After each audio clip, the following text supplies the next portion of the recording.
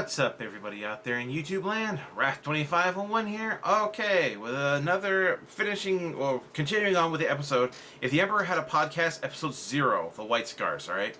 Alright, so picking up just about exactly where I left off. Of course, this is my brother Alpha Busa, and there will probably be a third part considering this thing is over an hour and a half. Alright, so let's see what we got here, and go. I did not make any inherent flaws in the original gene seed, so yes, the supposed savagery that is inherent to the gene seed of the White Scars is either entirely placebo, or they somehow fudged it up like the space wolves did with their wolf fixation. Did you just use the word fudge as a profanity? Shut your mouth, Rogol. I am adorable. And I like fudge. Might you think when I am near you. Right, so I feel like we have the Index Astartes out of the way now. Whew. Yes, we should really move on to greener pastures. Do not make jokes. You were not made for it. No, I was made to protect the Goblin Throne. The Goblin Throne! So, since we got the basics covered now, I suppose we should review the other books with this one in mind. I was going to protect the Goblin Throne. Yes. Let us start with these codexes. Codex, Space Marines, 3rd edition. Third codex goes first. So, this one has a severe lack of information, but it has some, so first of all, the Rampagers are mentioned, who are a second founding successor chapter of the White Scars. These were also mentioned in the Index Astartes, along with the Marauders, the Destroyers, and the Stormlords. One of these is not like the others. When the most creative name you can come up with for your successor chapters is the Stormlords, it speaks of a lack of imagination. Apparently, the Rampagers have this long ceremony called the Blooding. That is the exact same name they used for when Jaghatai overkilled that cowardly enemy tribe, as mentioned back in the Index book. Oh, yes. You cannot just use the same dumb name for something twice like this. Well, this ceremony entails the Marines in the chapters scarring themselves. Hold the flop, hon. Scars flop. were no courage amongst the White Scars, as inspired by that Doll Scar clan, right? Well, yes, it says facial scars are a matter of rank and prestige amongst the Rampagers and, well, amongst the White Scars too. That essentially means the Rampagers are cheating. They scar themselves without having earned said scars. They just sit back that's a good and point. cut themselves for hours, when they could be out getting actual pus-ridden battle wounds by fighting and being useful. Well, it might have something to do with the blood they harvest from their open wounds. What do they do with it? They use it for their feast that follows. Fucking disgusting. Consider them to be on my do not meet directly list when I get off of this throne. There you go. It reminds me of my family dinners. Yeah, that is really it for this codex. It also says that Mundus Planus is the name of Chogoris, repeats the name of the successor chapters in a diagram covering the 20 original Space Marine legions, and that is about it. Next book then. Alright, on to the 4th. Codex, Space Marines, 4th edition. Okay. Right. Crack. So, here we first of all have the exact same 20 original legions diagram I just mentioned when covering the 3rd codex to start off with. It is exactly the same, barring some changes in the spellings. Secondly, we have another diagram over the Codex Compliant and Codex Divergent chapters, and the different advantages and drawbacks of each. Should be interesting. It won't be. White Scars are said to be a courageous Codex Compliant chapter, and have traits known as Be Swift as the Wind, and Trust Your Battle Brothers, while their drawback is Flesh over Steel. So they are really fast. They have trust in each other, but they do not like wearing helmets. Exactly why was this written down? I can see all that by just looking at a picture of them. That is almost it. But the flesh over steel drawback has in actuality to do with their lack of facilities to deploy a lot of vehicles, like Predators and Land Raiders. this. I am fairly certain a chapter does not need their own facilities in order to get a hold of some tanks, when you have Forge Worlds True. in almost every system. Perhaps they prefer not to use those vehicles because they are too slow? That makes Yep. more sense. Yeah, it I does. would assume the White Scars to be dumb enough to not take tanks rather than the Mechanicum being dumb enough not to give them any. Otherwise, there is just some mention of a white Mechanica Scars might be Marine that petty, named, though. Subutai, Deja vu again. who was on a pilgrimage to kill orcs and died, but honestly, it is entirely irrelevant, and we should move on. Let us do that then. Codex Space Marines 5th Edition. The 5th Codex, then. This one contains a lot more stuff. Or, well, it does start off with the exact same diagram that the 3rd and 4th did, telling us who their successors are and the names of the 20 original legions, and that the White Scars planet is Mundus Planet. Mundus Planers! Bad joke! Stop it! Just like this diagram is starting to be. Well, now this one says that the White Scars are adherents to the hit-and-run attack and masters of reconnaissance. Never heard them use the word reconnaissance to describe the White Scars before, but I suppose they would be good at surveying enemies and regions before making their attack. I am surprised they can reconnoiter anything considering they never slow down. Would not everything just be abler? Here is You a have to second look use faster. of the word ultra-rapid deployment. Why would anyone use that word more than one time? Lightning fast deployment would work better for the White Scars. Ultra rapid sounds a bit too, well, you know. Redundant. Move on. Before we start another dumb ultramarine discussion, I am sick of those. Right, well, here is something crazy.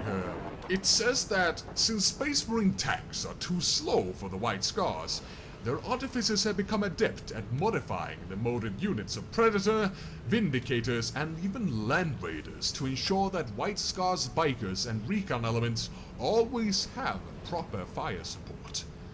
As the Great Khan once taught, speed is worthless if the blow it delivers is robbed of its strength. Goodness fluging gracious.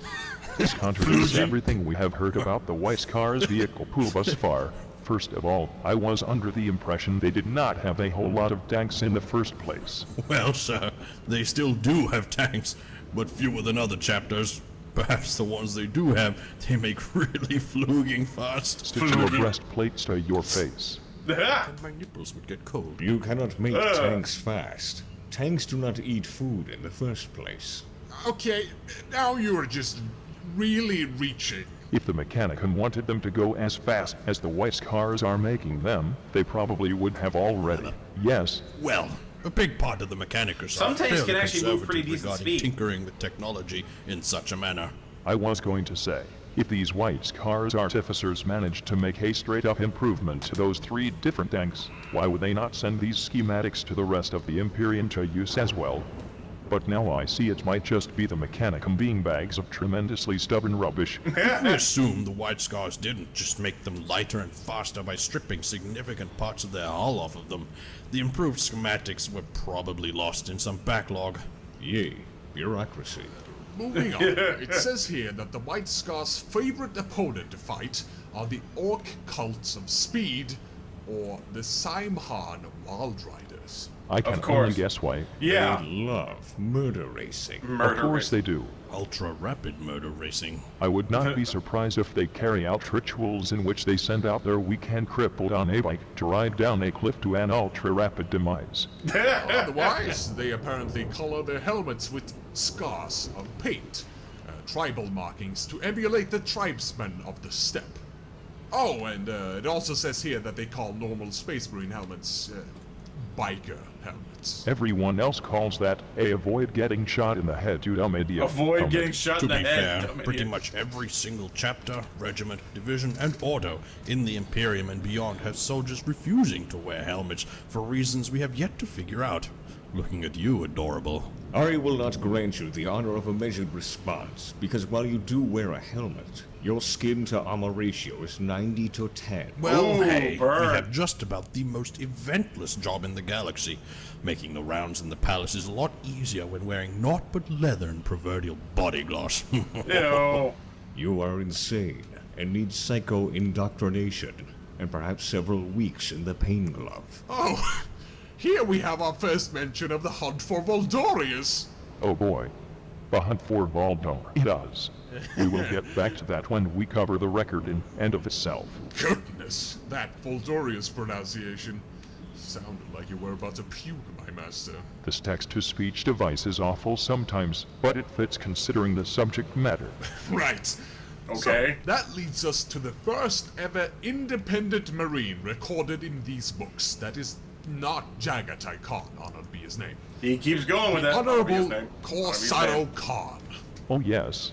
He was the one hunting in the hunt for Voldor. He does. I suppose he deserves his own page for killing the most pathetic demon prince I have ever had the pleasure of hearing about. Corsaro Khan is the 51st individual Master of the Hunt, which is a honorific that has been passed down since Jagatai Khan presumably made it up, being Made it up. entirely unique to the White Scars. So I suppose the rampages, marauders, destroyers, and stormlords do not have it, as it in the end is all in all a waste of a rank. This is true. His duty is, above all, to seek out the chapter's adversaries that have, somehow, battled them and survived.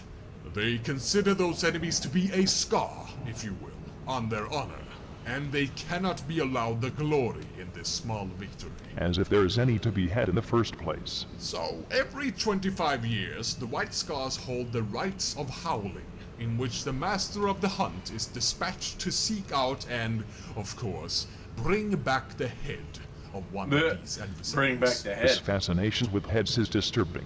To be fair, the Imperium is littered with skulls already. Exactly. Those Thank have you. at least been cleaned and bleached. They just take the head with all the flesh and fibers included. Quos?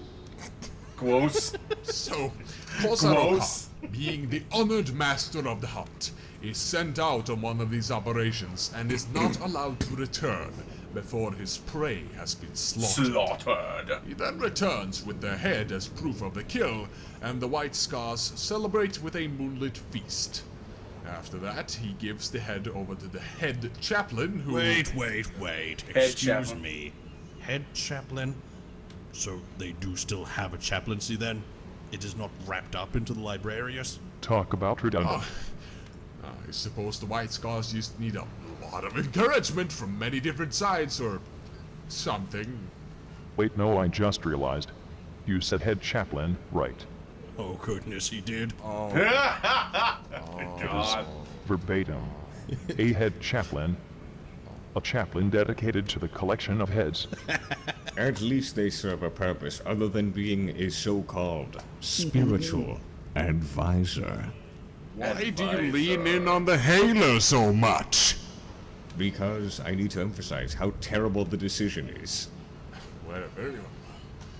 So, what the head chaplain does is that he takes up a heated brand and burns the ice out from the dead skull while the hymn of vengeance is sung. The hymn of Firstly, vengeance. the ham of vengeance. Do The they ham hold a of vengeance. grudge against this ham for smelling bad? Why the fudge do Hey, ham they smells not just throw delicious. the head into an acid bath to cleanse it of all the flesh? Why do they have to make it so unhygienic? What if he brings back a head, and with it, some awful alien virus that spreads across the planet and kills its people?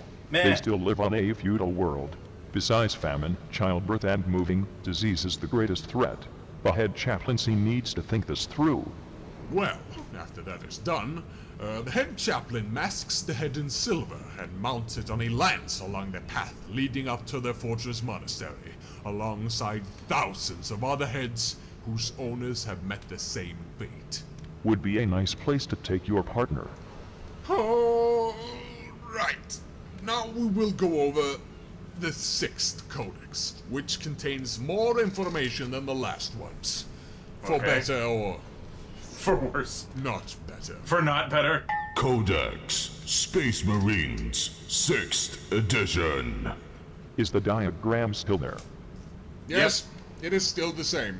It lists the 20 original legions, their successors, and Manus planets, their home planet. All listed There the you same. go.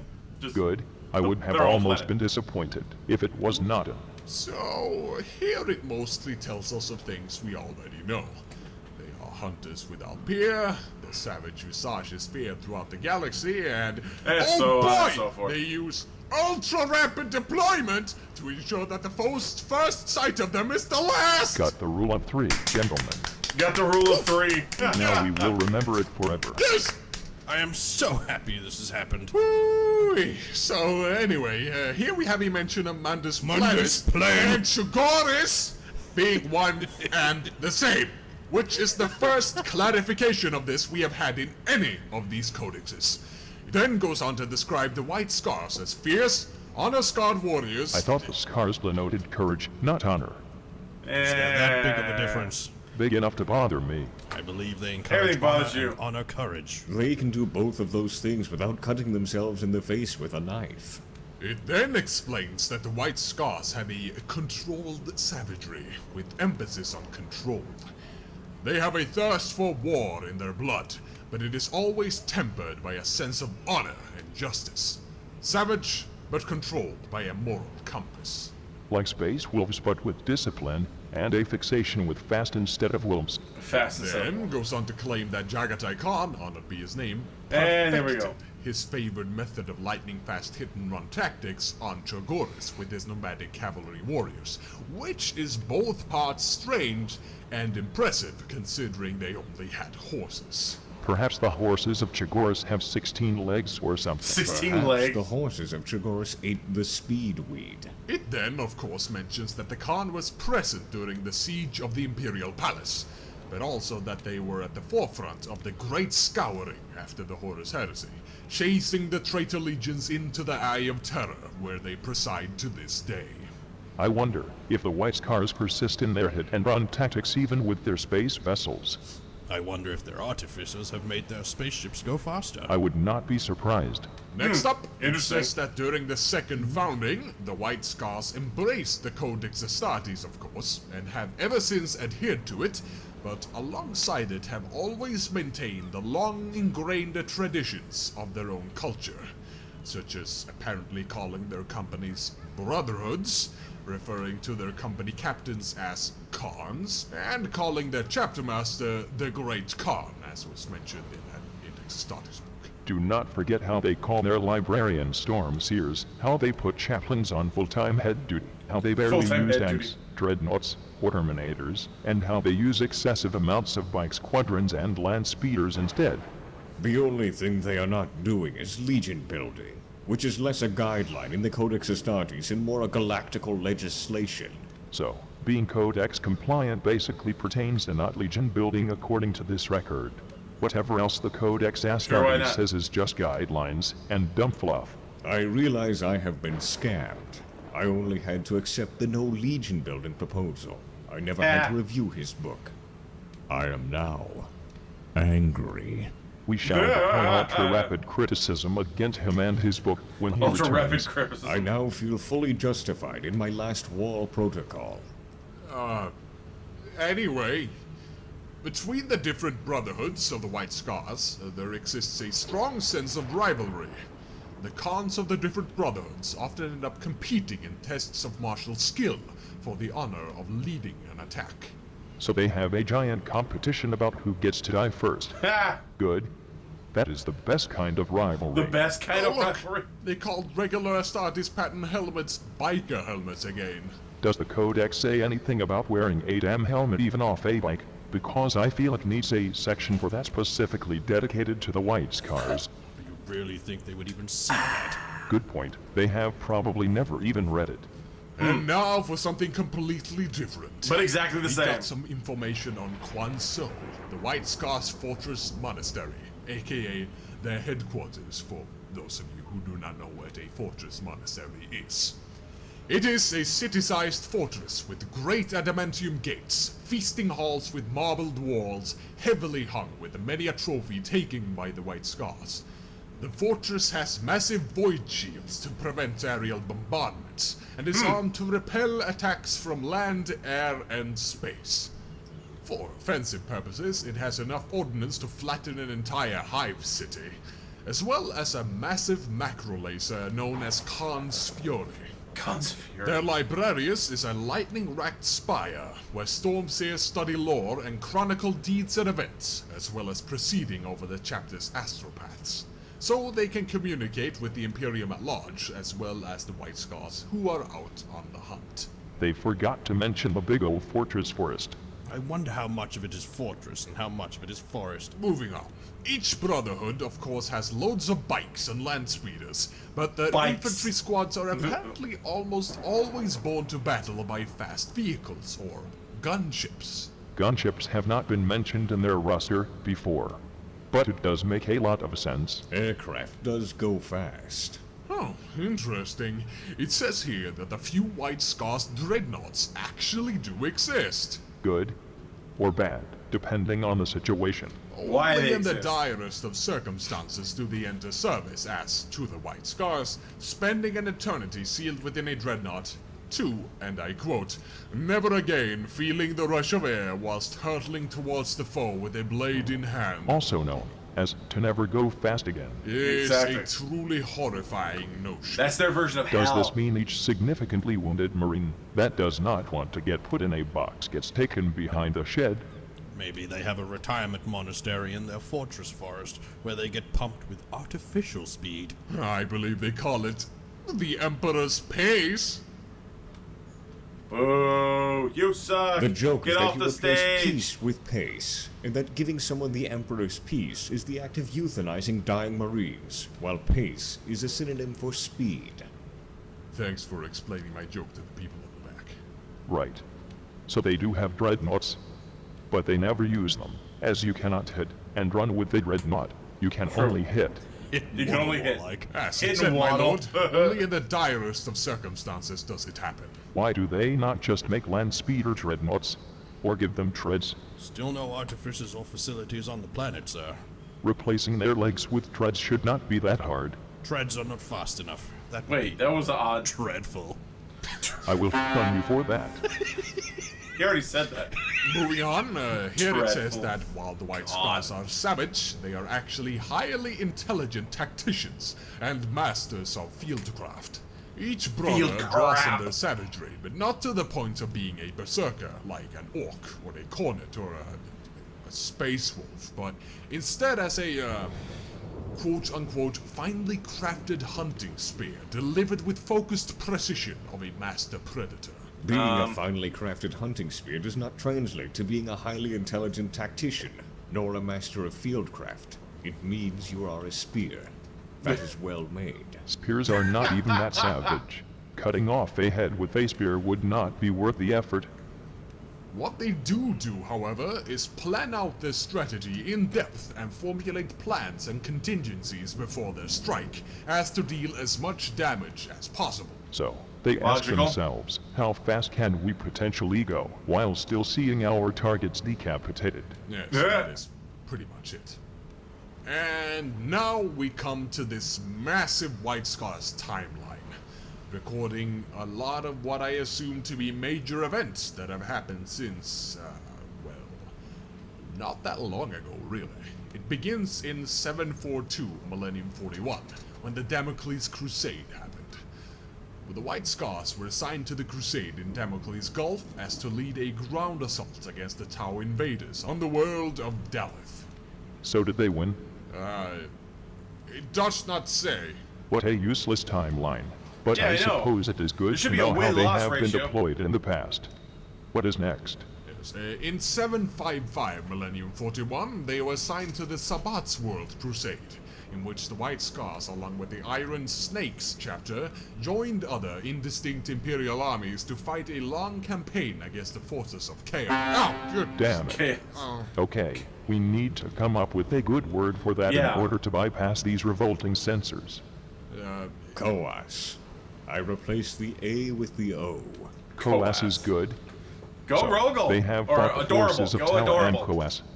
Very good. What next? What's a Choaz? Do not Choas. worry about it. The Lycanthos Drift campaign happened, apparently, in the aftermath of something called the Fourth Quadrant Rebellion. So the White Scars came to aid a desperate call to arms to defeat the invading forces of KO. Coas. Right. There you go. So far, COAS. they have mostly just fought together with other units.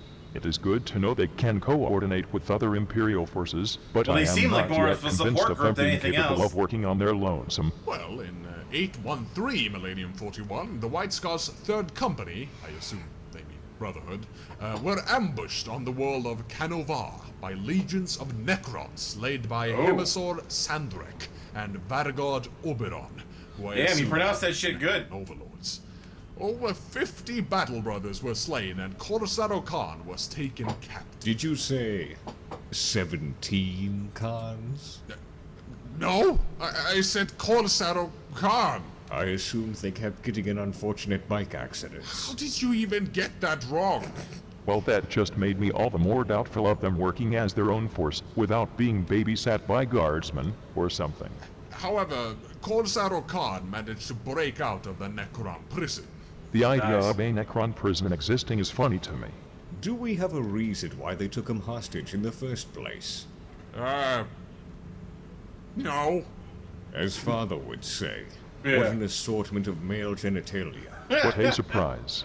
The boy can learn. The boy can learn. He, as in Corsaro Khan, then returned to Chugoris and had the names of his Necron captors added to the Scroll of Vengeance, which I assume is their hunters. Hit list. It's a hit Considering list. their naming conventions, the Scroll of Vengeance could just as well be their cookbook. The recipes are exclusively fast foods. Was that a joke just Oh now? my god. No. Really, dude? And yes, No, and yes. Understandable. What the? Nevertheless, that they have their own little Oh my book of God, that was grudges is bad. also funny to me.